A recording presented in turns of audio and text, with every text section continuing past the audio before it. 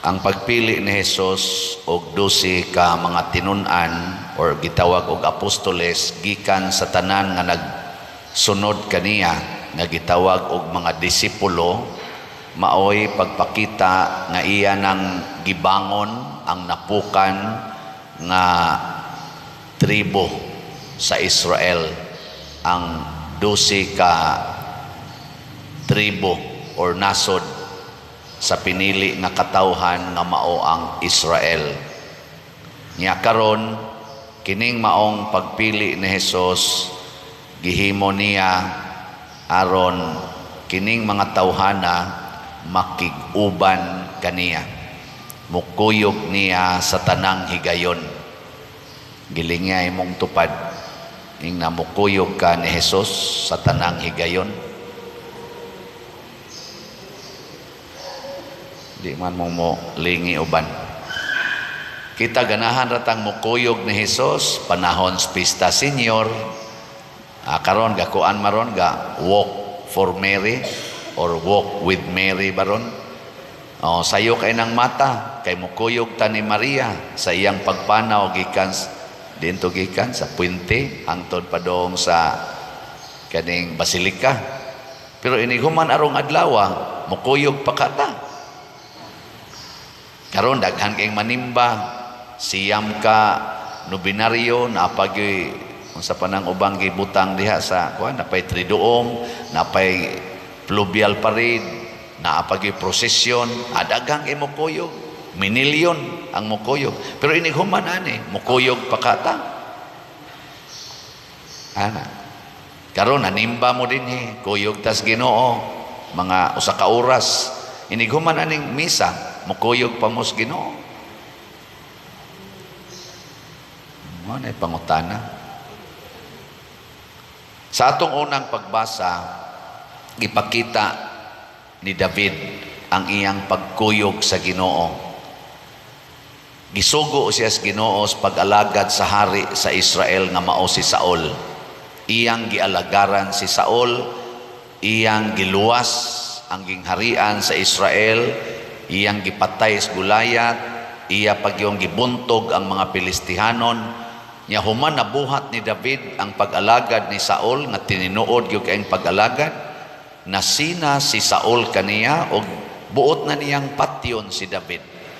Mo nang iyang gipangita, nagtago-tago na lang si David kuyog sa pipila niya ka mga kauban didto sa mga kabungturan.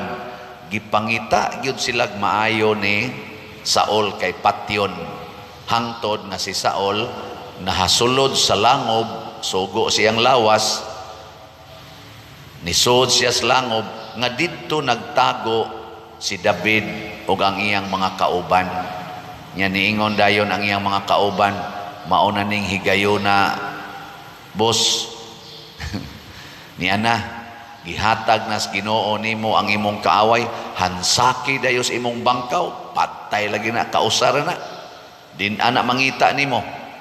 Ang gibuhat ni David, iyang gidool niya, hait man kayong iyang espada, iyang gitabas ang sinina ni Saul, basig natug tingalito, giduka ba, kapoy, gitabas niya ang sinina or sidsid. Pero pag human niyag tabas, iyan na tatong duslakon, pero nakahuna-huna siya, pinili rabanis Ginoo, gi-anoint rabanis Ginoo isip hari sa Israel, bisag animal na kainig binuhatan, risgo na nis akong kinabuhi, pero pinili nis Ginoo, dili nako supakon ang gapili ani niya. Motong ni atras si David og iyang kumbinser ang iyang mga kauban, di nato patyon kay pinili nas Ginoo. Nindota no? So kuyog yun ni David ang Ginoo. Ngano man nakahuna-huna man siya nga kani pinili nis Ginoo. Kamo mga asawa or mga bana, kung mga bit ng imong asawa or imong bana, makahuna-huna pa ba ka nga pinili nas Ginoo aron mahimo nimong bana o asawa diha sa inyong kasal? Ha? Ilinga imong tupad. Ina kung naa ka ng sitwasyon na kahuna-huna pa ka nga pinili nas Ginoo. Dili na nimo awayon, dili na nimo bugnoon, di na nimo kulatahon, labi na gyud namabdo sa imong asawa gikas iyang kabit. Makahunahuna pa ka nga pinili ni Ginoo kay hiusami sa sakramentos kami niyoon. Og malimot ka ana, pasabot giyawaan na ka.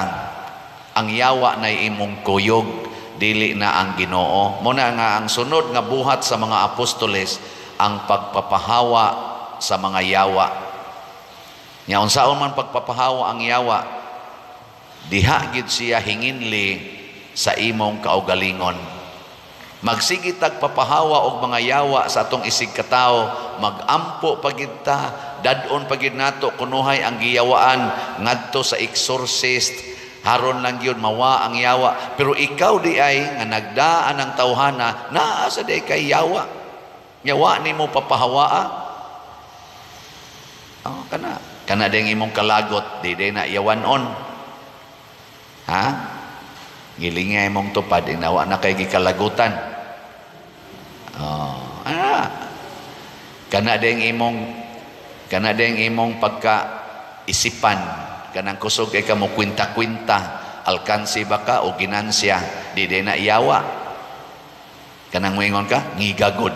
Sige lang, ako lang yun magsigi. Kuwan ngigagod. Kansi ko, isipan man kana. Yawa mangyapon na. Kana ding imong pagka sigig panglibak, ganahan kay ka manglibak. Di na iyawa di ay.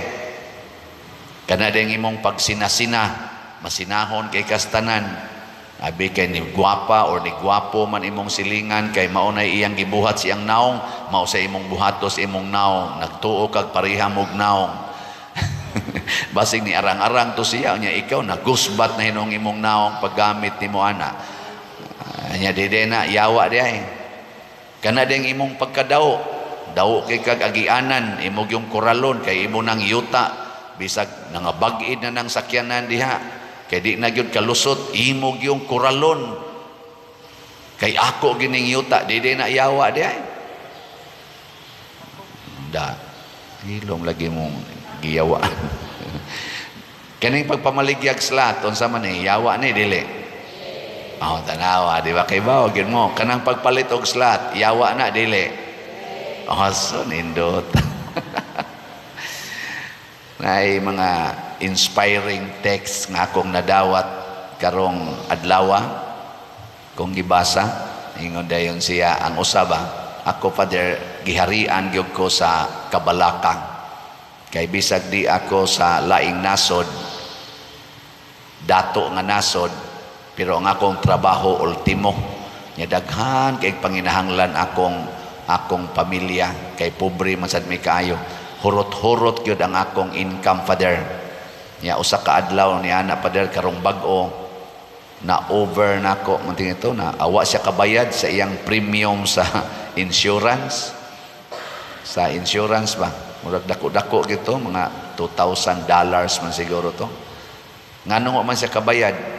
Kaysa sige ko no niyang paminaw sa akong wali na dasig siya nga mopalit og slot. Imbis iyang ibaya dito, iyang gipalit og slot. Tingali, di sad ang tanan, partly, iyang gipalit og slot. Niya human napag-isig ipanghatag-hatagan. Ingon siya kuno, siyang kaugalingon, Lord, akong atubangon kung ipinalty ko ani or i-cancel ba ning akong insurance, ako na lang ning atubangon basta mo palit yung kog slot. Kay wa jud koy kapalit og slot kay tungod aning akong kabalaka. Pag human ko nun niya palit og slot, lipay na kay siya. Ningadto dayon siya the following day ba or few days after sa insurance office kay iya nang pangutanon pilay iyang obligasyon, pilay penalty, pilay iyang bayranan. Niya pag-abot niya didto niingon kuno ang insurance nga amo na ning gi-apply og charity. So, paid na ang imong whole bayronon. Wa kay obligasyon, zero.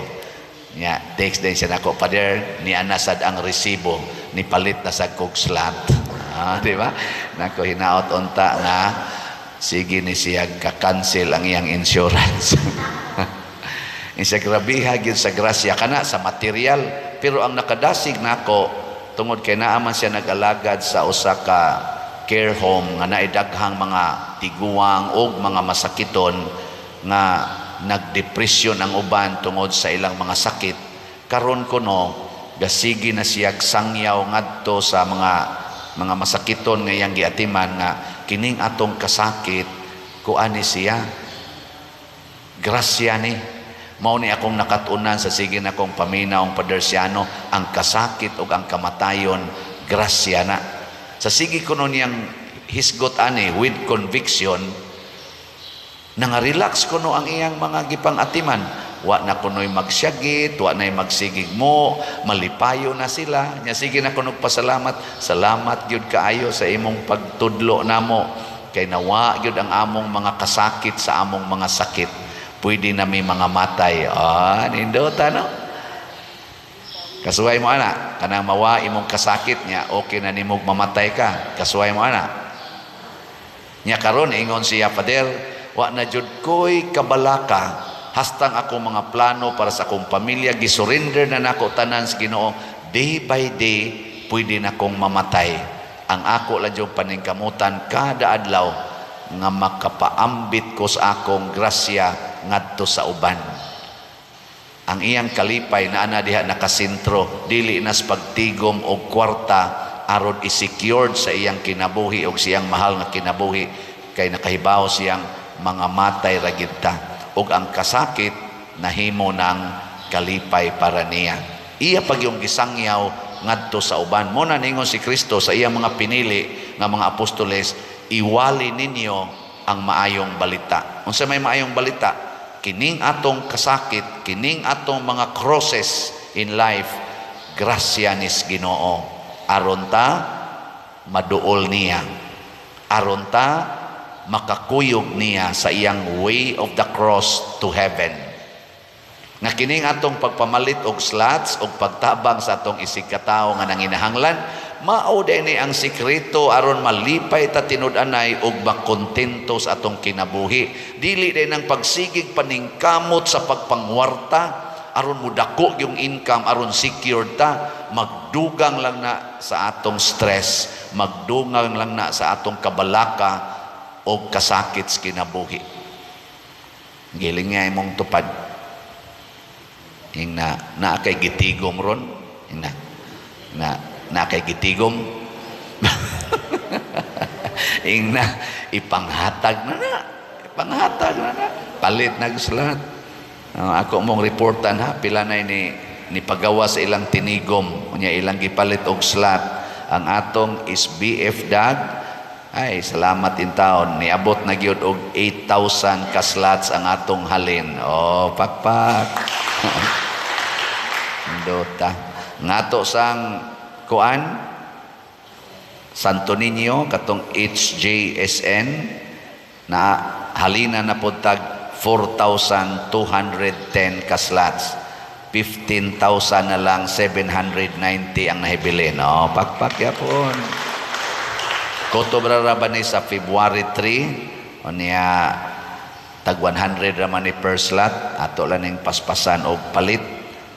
Gabi nagmeeting mi sa atong PPC, nagmeeting po ko sa ato dinhing barangay officials og mga purok leaders kay kining atong gamay nga sinulog festivities sa atong parokya. Ato yung paningkamutan nga murag replika sa gamay ba sa kasadya dito sa Basilica karon aron maka sinati po ta dinhi og gamay lang glimpse sa kanindot sa selebrasyon sa Archdiocese karong panahon na ato nang i-localize dinhi.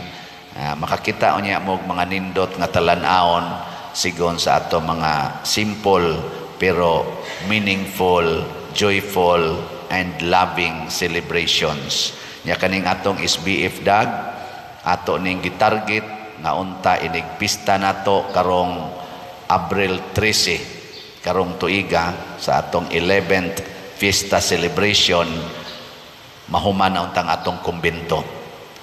Ang atong mga contractors bisag wa ta kabayad nila kompleto pa siging paningkamot mag-overtime pagyod So pagpakan nato ato mga kontraktor, salamat kayo. Anang inyong hangad-hangaron diyang atong kumbinto, atong gitukod, na purma-purma na siya. Munang ato na siyang pasalamatan, niya ato sang ubanan sa atong pagduyog. So kamong tanan, nga mga nahigugma aning ato dinhing simbahan, og nakasinati sa grasyas Ginoo, padayos pagpaambit. Kamo sang wa kasinati, hala, sugdi na ninyo. Di jud ka magmahay, wala ka nang hahanapin pa. Katulang gibuwagan sa asawa nga akong gi-kaunsilan, pastilang guula gid niya, nako sayon ra gid na brad, palit og slot niya, praktisa ang tulo kai ampo, alagad og antos. Ana, kanang imong asawa og di na maulian, mamatay ra gid na. Dili ako ningon anay, joke lang na ako ninyo. Ako giingnan, kanang imong asawa dili na ka mangandoy nga mobalik pa na nimo, pero magsigi na lang jud kag higugma niya hangtod ka mamatay.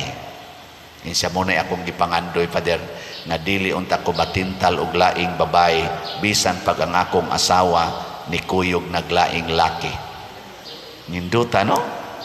Kinsang mga banaha dinhi nga makaampo og ingon ana, kung ang inyong asawa ni kuyog naglaing laki, niya ang imong iampo, Ginoo, lig-una taon ko nga di unta kong makapangabit og laing babay og magpabilin kong buutan nga bana nining akong yawanon nga asawa. Kinsa man na congratulations og naa mo na ni congratulate ko niya, ningon ko imo nang napapahawa ang yawa diha nimo, ipatakod unya na ngadtos uban ang maong gahom sa pagpapahawa sa yawanong hunahuna. Si David, napapahawa po niya ang yawa sa kasuko diha sa iyang hunahuna, ug napaambit niya sa iyang hari, gani nihilak si Saul. Natandog ang kasing-kasing sa iyang kaaway, mihilak ug nagbasol. Nabuntog sad ni David ang yawa sa kasing-kasing ni Saul. Mao ni ang atong gahom, kay mga pinili man tas Ginoo pinaagis bunyag, pinili sa tas Ginoo pinaagi sa atong debosyon, pinili tas Ginoo pinaagi ni atong pag-apil sa sakramento, labi na ning Eucharistia. Ato ning padayonon, ha? Sige, katapusang lingi ing na hinomdumi, ako pinili ko sa Ginoo. Sige, ing na hinomdumi, pinili ko sa Ginoo. Pasabot, ayaw kog libaka, ayaw kog daog-daoga, ayaw kog ibaliwala, kay pinili ko sa Ginoo. Oh, nindot, ha? Manindog na ta mga pinili sa Ginoo.